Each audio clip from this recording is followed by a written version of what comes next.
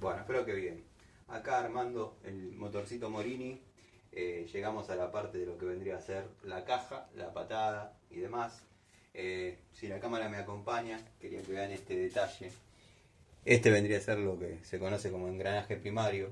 Tiene dos roscas de 6 milímetros. Donde, bueno, yo cuando pibe fabriqué este extractor como para poder sacarlo de una manera más prolija que como muchos hacen.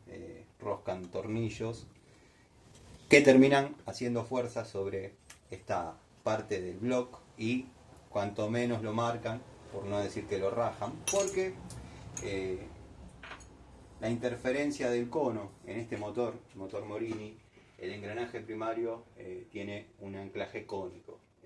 La diferencia con el motor Minarelli es que en el Minarelli esto es cilíndrico, o sea, no lleva un tiraje mínimo y se mantiene por una traba con un encastre.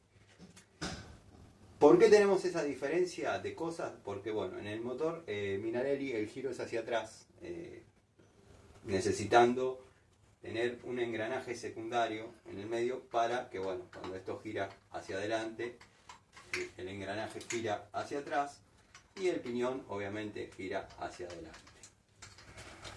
Para ajustarlo, la manera que tuve siempre es agarrarlo pico del oro,